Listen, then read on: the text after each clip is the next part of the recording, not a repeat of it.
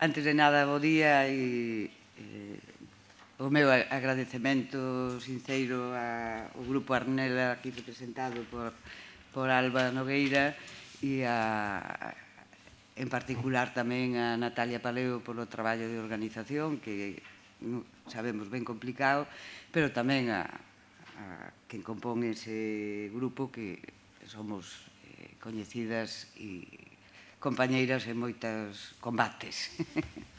Entón, é para min un placer estar aquí e intentarei, no tempo que teño, de afondar en algunhas das cuestións que planteou Ramón, cas que estou de acordo, e que espero a miña intervención poda aclarar ou, máis que aclarar, indicar algunhas líneas para seguir reflexionando sobre isto. Me parece que é fundamental en un congreso deste tipo, que ademais moi pertinente, porque planificado con tempo o traballo sobre o que se centrou a investigación, resulta que aparece nun momento de plena efervescencia nos medios e en todos os lados da cuestión da vivenda. Vou a comenzar con unhas consideracións xerais sobre a vulnerabilidade e os problemas da vivenda, para logo aterrar en dous informes que me parecen son significativos e, ao final, introducir algúns elementos importantes. As consideracións xerais teñen que ver porque chama a atención, aínda que parezca agora algo obvio, o feito de que a vulnerabilidade entra no noso vocabulario. Entra dunha forma fundamental, con forza, e temos que preguntarnos, e así o fan algúns autores, como Sarka ou Kirby, si, baixo as nosas circunstancias, é un concepto, é unha categoría que captura mellor que outros, por exemplo, desigualdade ou pobreza, e, en particular, a que nos referimos con isto da vulnerabilidade, si permite enfrontar mellor os problemas sociais e políticos e da igualdade ou desigualdade, quen son os suxeitos vulnerables ou as persoas vulnerables ou os colectivos vulnerables ou os grupos vulnerables.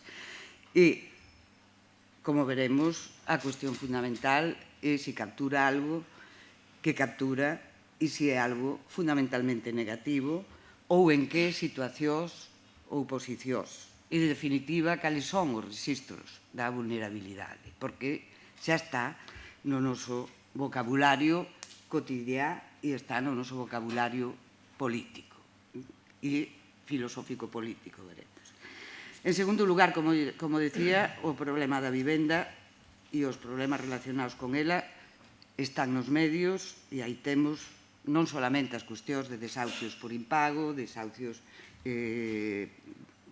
por causa de hipoteca, a suba dos alugueres, tamén está a cuestión de ocupación de vivendas e os problemas que xenera, está, por suposto, as vivendas turísticas, pero están outras formas, como o famoso cohousing, por citar algúns. Pero tamén sabemos e vemos todos os días nas nosas cidades que hai xente vivindo na rúa, cada vez masivamente, e podemos ou nos pode facer sentir mal e aplicar caridade ou plantearnos, en realidade, problemas de xustiza social e política, que son vías, como sempre, e foron históricamente alternativas. Por outra parte, desde sempre, e máis aludía ao caso das loitas dos negros en Estados Unidos, os problemas da vivenda foron sempre obxecto de conflitos sobre o seu carácter básico, si privado ou público, si común, sobre as súas condicións, construción, salubridade, o hacinamento, tamén cuestións de intimidade que non debemos esquecer, e, por suposto, sempre atravesados por dinámicas de ordeación, de desposesión, e, moi importante tamén, de modelos de familia e de moralidade social. Polo tanto, foi e é o xeito das loitas de persoas e colectivos, de movimentos sociais, de loitas contra a penuria da vivenda. Vou a permitirme a licencia de ler un texto de Engels na famosa contribución ao problema da vivenda, porque creo que dá un bo pé para plantear algunhas das cuestións que a mí me interesa resaltar aquí. Di Engels: la llamada penuria de la vivienda, que representa hoy un papel tan grande en la prensa, no consiste en que la clase obrera en general viva en malas viviendas superpobladas o insalubres. Esta penuria de la vivienda no es peculiar del momento presente, ni siquiera es una de las miserias propias del proletariado moderno, a diferencia de todas las clases oprimidas del pasado. Por el contrario, ha afectado de una manera casi igual a todas las clases oprimidas de todos los tiempos. Para acabar con esta penuria de la vivienda no hay más que un medio: abolir la explotación y la opresión de las clases laboriosas por la clase dominante. Lo que hoy se entiende por penuria de la vivienda es la particular agravación de las malas condiciones de habitación de los obreros a consecuencia de la afluencia repentina de la población hacia las grandes ciudades. Es el alza formidable de los alquileres, una mayor aglomeración de inquilinos en cada casa y, para algunos, la imposibilidad total de encontrar albergue. Y esta penuria de la vivienda da tanto que hablar porque no solo afecta a la clase obrera, sino igualmente a la pequeña burguesía. Creo que o texto é sintomático e a pregunta que está detrás das miñas reflexións e que eu quero aquí compartir é, decíamos, que é isto da vulnerabilidade. A segunda cuestión é grupos vulnerables, grupos, como veremos nos informes, particularmente vulnerables ou en situacións permanentes de vulnerables, significa unha sustitución das clases sociais ou un cambio significativo. E de que tipo e a que responde. Teño tamén un exemplo que me apareceu estes días na prensa que me parece fundamental.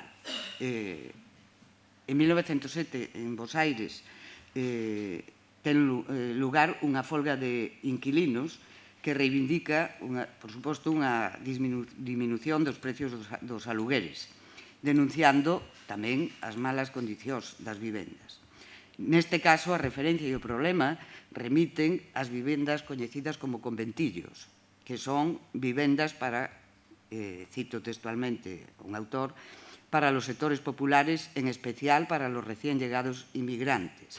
Los conventillos eran antiguas casonas de sectores pudientes que se mudaron hacia las nuevas zonas residenciales. En cada conventillo podían vivir hasta 350 personas. Se trataba de un albergue considerablemente barato en el que habitaban con alto nivel de hacinamiento lavanderas, costureras, sirvientes, jornaleros pobres, carpinteros, albañiles, zapateros, sastres y empleados de comercio, entre otros. Como vemos, este tipo de vivenda respondía básicamente a un considerable aumento da poboación inmigrante e dá lugar ese aumento e a unha reconfiguración, unha rezonificación en Bos Aires que leva tamén consigo unha suba dos alugueres. Tampouco podemos pasar por riba e pensar hoxe nos pisos patera. A que características teñen.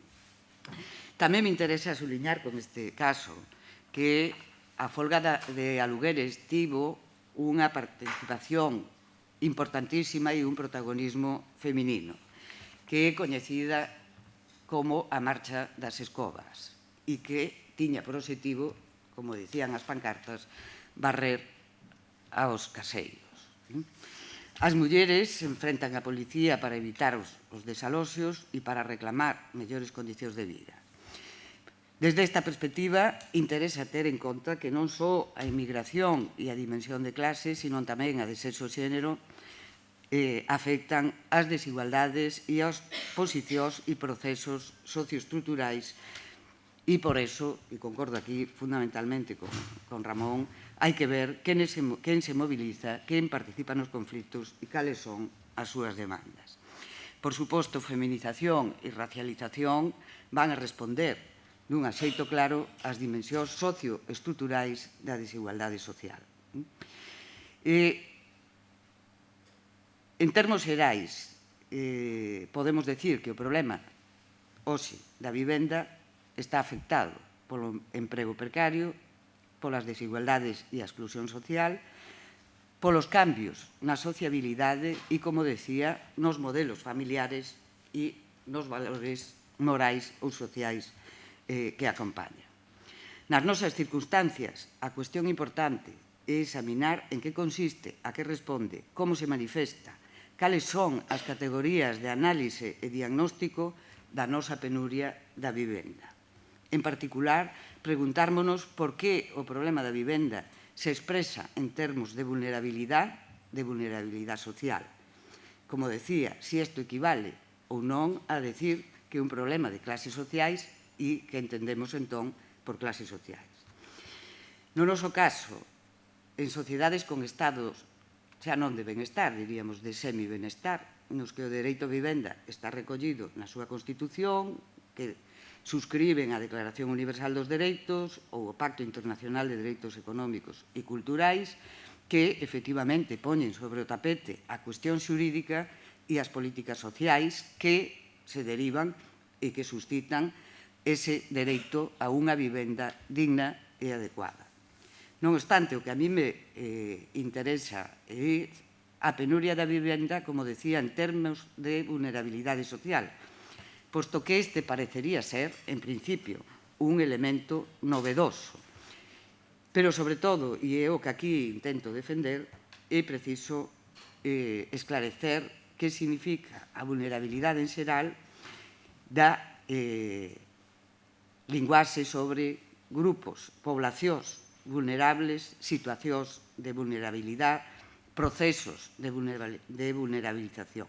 Por tanto, centrarnos nun enfoque da vulnerabilidade que non sexa nos aspectos xurídicos ou de políticas sociais, non tanto no dereito a vivenda en termos de discriminación ou de igualdade formal, senón poñendo foco no marco desde que pensamos a vulnerabilidade en relación ca vivenda e como algo necesariamente previo a abordar as perspectivas xurídicas e de políticas sociais, e diría tamén predistributivamente. A cuestión de fondo radica en ver que supón plantear o conflito e os problemas sobre a vivenda en termos de vulnerabilidade e grupos vulnerables. E aí veremos se a cara ao final a distinción entre vulnerabilidade compartida e vulnerabilidade inducida socialmente desde unha perspectiva da xustiza social e política. E aterrarei moi rapidamente en dúas cuestións que nos plantea e que nos obriga a pensar de novo, a reconceptualizar un enfoque da vulnerabilidade, que é a dependencia e a injustiza estrutural, que son dous elementos importantes e que eu xulgo previos a calquera reflexión. Vou a botar man, por tanto, de dous informes que me van a servir de base para ver cales son algúns dos rexistros nos que se expresa a vulnerabilidade e establecer despois se ser vulnerables, ser máis vulnerables ou particularmente vulnerables significa estar sin protección social, sin dereitos, desprotegidos, menos protegidos, si estamos no terreo do sin teito, sin hogar, sin papéis, sin dereitos, sin lazos e, por tanto, como se tematiza a exclusión da vivenda, poñendo o foco, como digo, nas desigualdades e na injustiza estrutural. Indo xa aos dous informes para ver como se emprega, nun caso ou en outro, a expresión grupos particularmente ou especialmente vulnerables e noutro, a alusión constante a situacións permanentes de vulnerabilidade. No 2014, a Organización Internacional Human Rights Watch publica Sueños rotos, el impacto de la crisis española de la vivienda en grupos vulnerables. Un informe, según se nos di, que se centra en el impacto diverso de la crisis hipotecaria en los grupos particularmente vulnerables, incluyendo a inmigrantes, mujeres cabeza de familia, mujeres víctimas de violencia doméstica, incluido el maltrato económico por sus parejas sentimentales y niños. analiza también la situación de los que se han sobreendeudado por la compra de la vivienda y que no tienen una vía realista para la liberación de su deuda.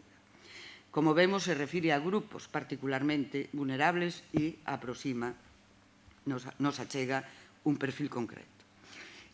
No apartado 2 especifica grupos especialmente vulnerables, dicindo que a investigación que se leva a cabo identifica a inmigrantes, familias monoparentais, mayoritariamente formada por mulleres cabeza de familia e, como víamos, de maltrato económico, e nenos que sufriron de forma desproporcionada o impacto dos préstamos irresponsables que caracterizaron os anos de boom económico e que dieron lugar aos desahucios e execucións hipotecarias. Isto, segundo o informe, non implica que non haxa máis persoas afectadas, pois co agravamento da crise económica, franxas cada vez máis amplas da población están afectadas, entre as cales figuran profesionais que pediron hipotecas que parecían perfectamente razonables e que agora non poden pagar despois de anos de desemprego. Aclaran que deixan fora a situación de outros grupos coas súas vulnerabilidades específicas, como as persoas maiores ou os discapacitados. Neste caso, o da crise hipotecaria, podemos entender que o informe atende, ao meu xuízo, a un proceso de vulnerabilización e dai a identificar grupos particular ou especialmente vulnerables. E dai tamén os soños rotos, e que se aluda de pasada a que hai outras vulnerabilidades específicas, dando a entender que hai outros grupos vulnerables segundo outras dimensións como a idade ou a discapacidade. Pero non vamos, ou aquí non atopamos, nada que vaya máis alá sobre que isto da vulnerabilidade, nin sobre vulnerabilidades específicas que atendan as distintas dimensións.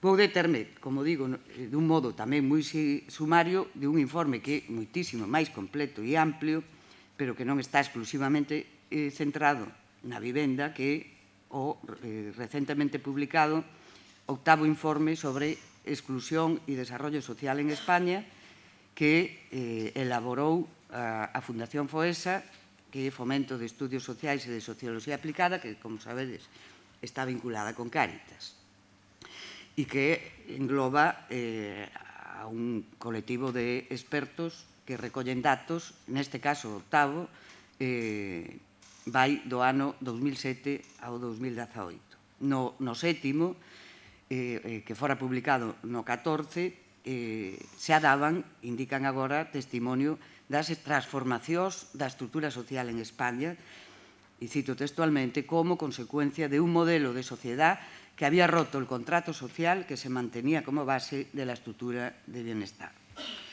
Este 8º informe incide na mesma línea, catalogándose como un informe post-crise, pero precisando, ao mesmo tempo, que se pode considerar como un informe da pre-crise na que nos atopamos. Destácase, contrastando os datos co informe anterior, que se ben se ten reducido o espacio da exclusión, sen embargo, aínda se mantén por encima do existente no ano 2007. Aquí, ademais, pártese da constatación dun debilitamento dos dereitos sociais, da ausencia de creación de novas políticas públicas para reducir a exclusión social e o desplazamento da cuestión social ás marxes do debate, facendo fincapé nos elementos estruturais. A análise realízase sobre a base de que estamos asistindo a un cambio de modelo social, de transición a un modelo que denominan gran desvinculación. Sostense que vivimos nunha sociedade desordenada e dai a inseguridade e nos atopamos coa afirmación de que hai persoas concretas que viven unha situación permanente de vulnerabilidade, que se van a ver particularmente afectadas polos riscos sociais que conleva o modelo de sociedade. En términos económicos, van a utilizar o concepto da precariedade como característica fundamental.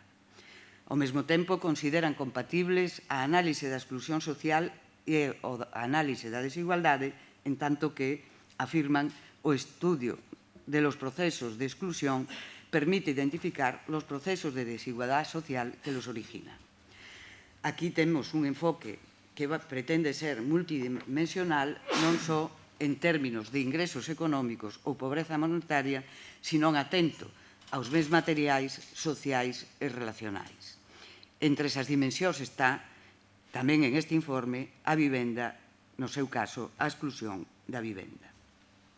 Antes de ir a este punto dentro do informe, podemos reparar no capítulo 2 que titulan La sociedade desordenada e insegura, pois en el se recolle unha visión da vulnerabilidade e dos grupos vulnerables.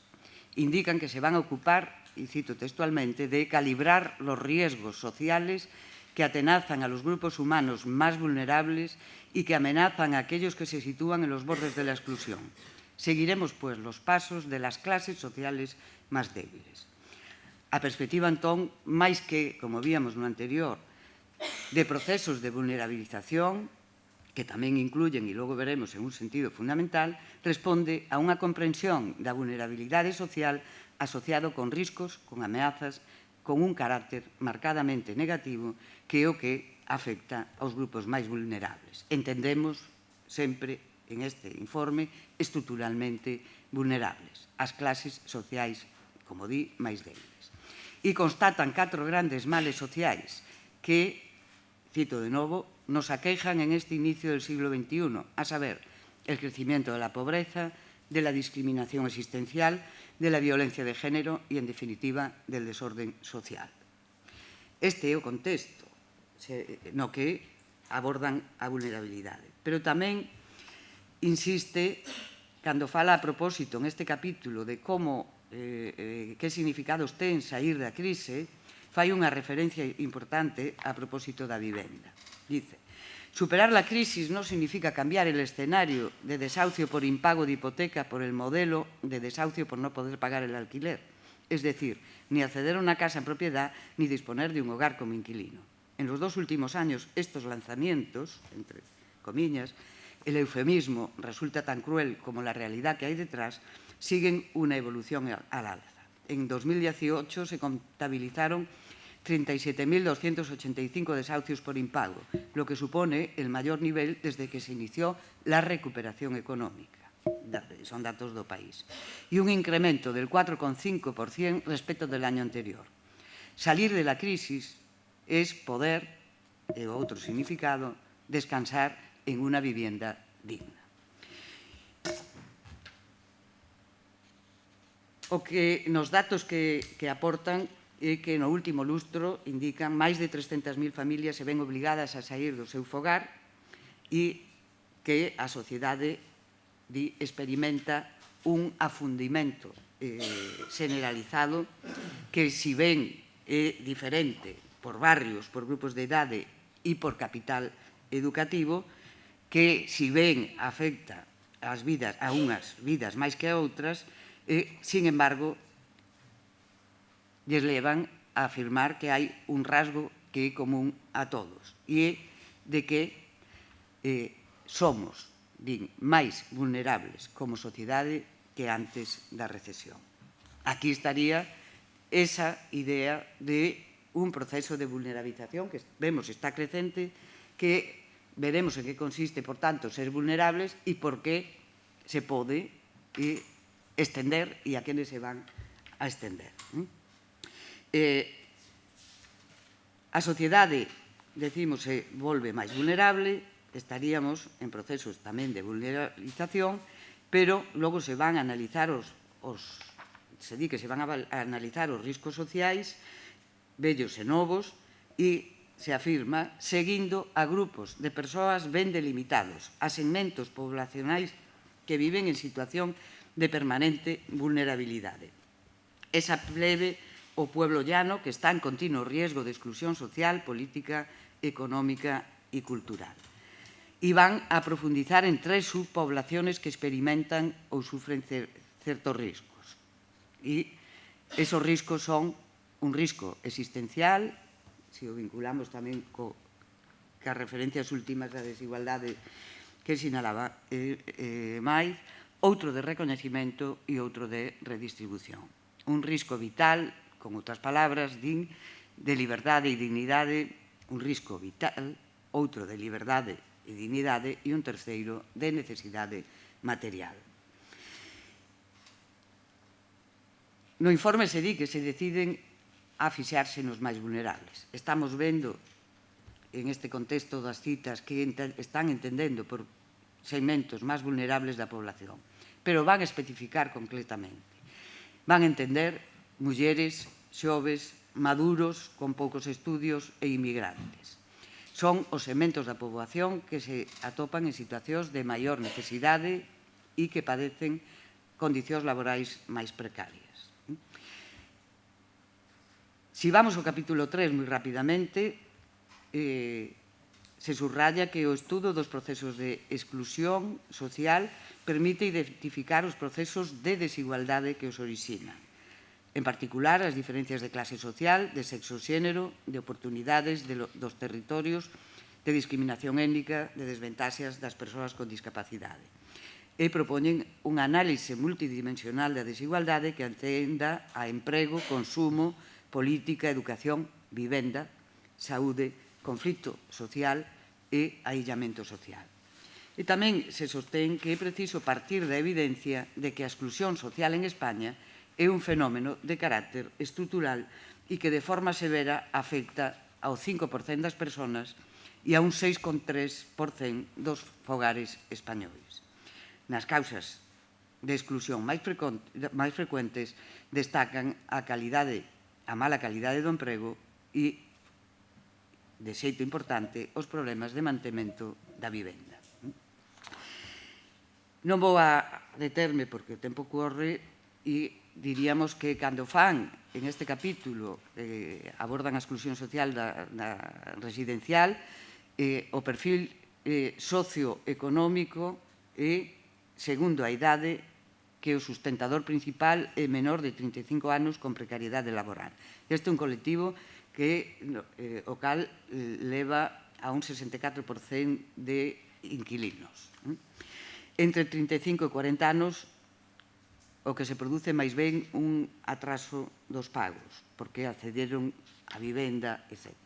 Segundo o sexo xénero, os datos son significativos. A exclusión residencial impacta sobre os fogares monoparentales, acentuándose a brecha entre homes e mulleres que se daba no 2013.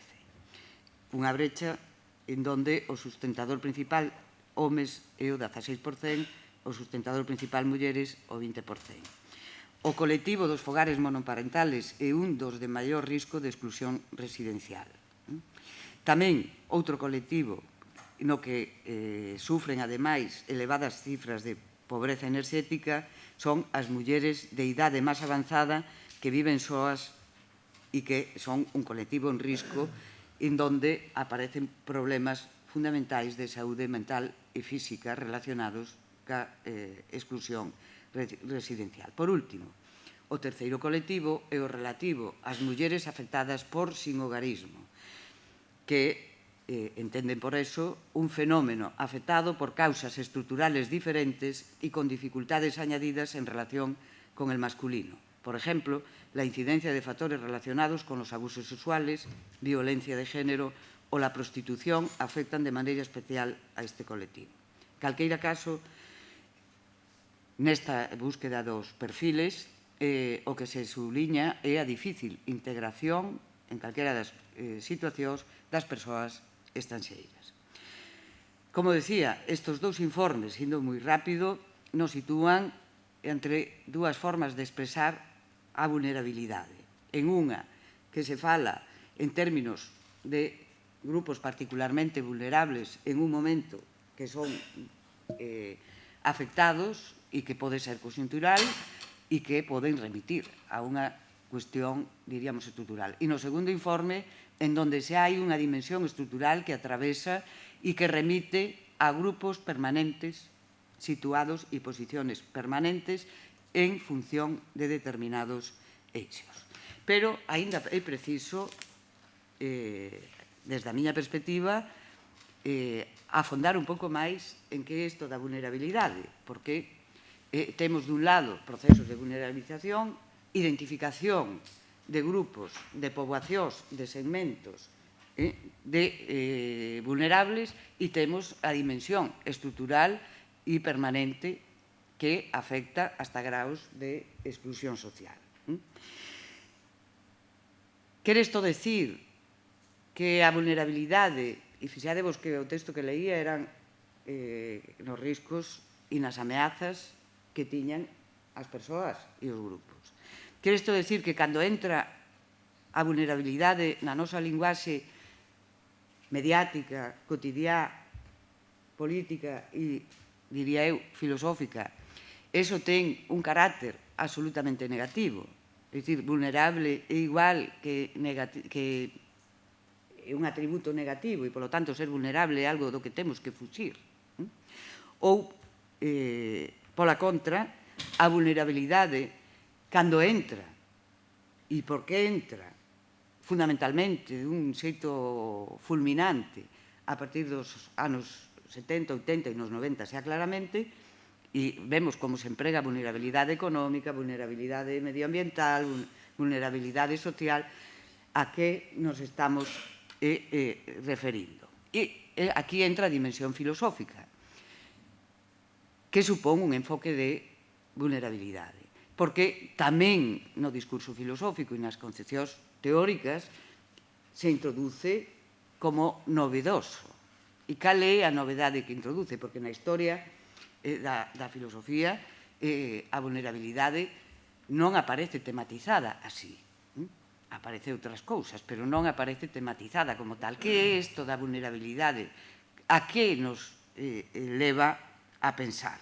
E aquí a diferencia temos que establecer entre a vulnerabilidade como condición humana, algo que tamén apuntaba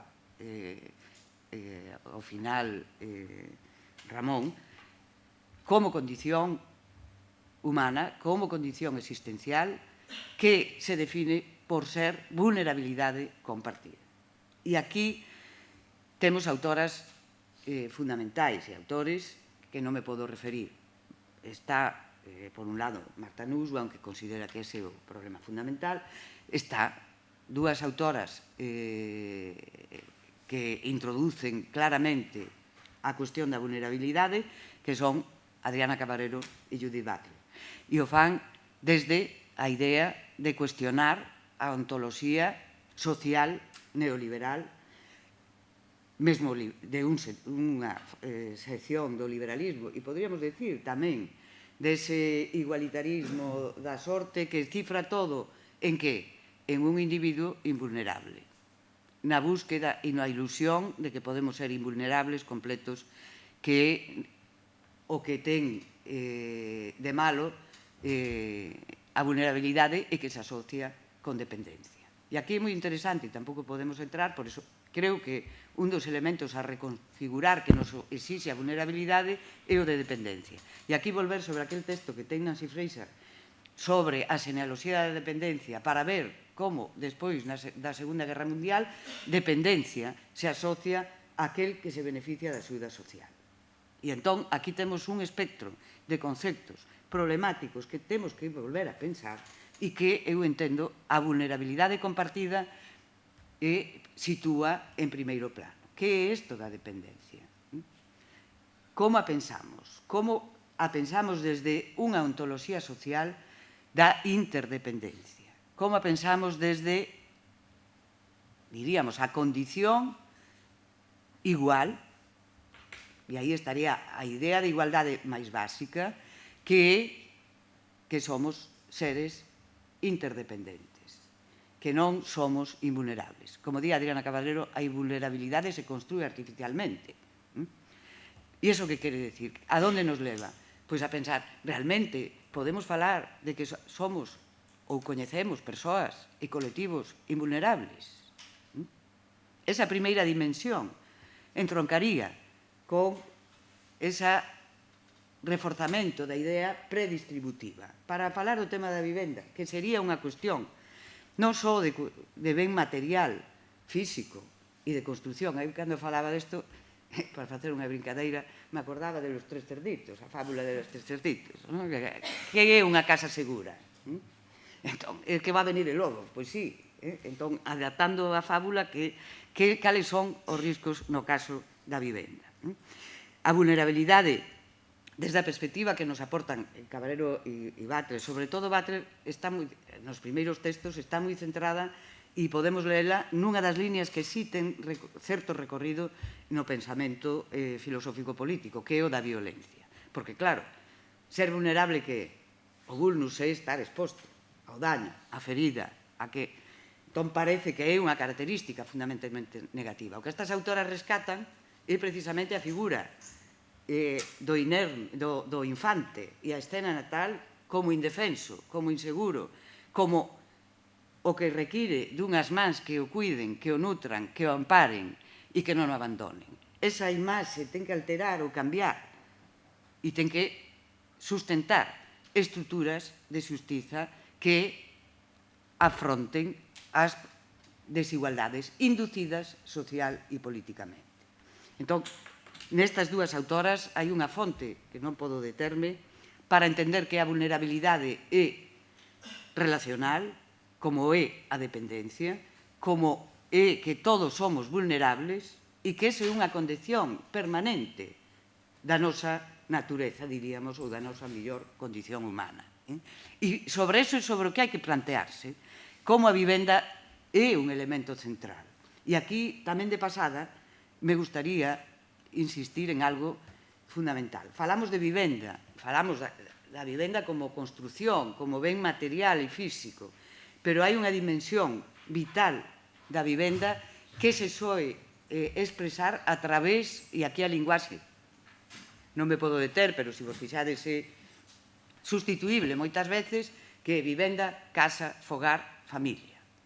Ollo, non é o mesmo.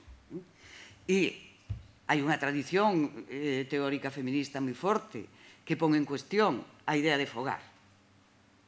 E Iris Marion Young, por exemplo, nos reclama a que o fogar é tamén ese espacio vital de intimidade, de memoria dos nosos pasados, de que non podemos desbotar. Porque ela acepta a crítica feminista, por suposto, de que fogar é confinamento para as mulleres e identificar dependencia, unha forma de dependencia clara e, polo tanto, hai que pensar, cando falamos de fogar, que tamén no fogar existen relacións de poder e existen desigualdades moi fortes e que existe violencia.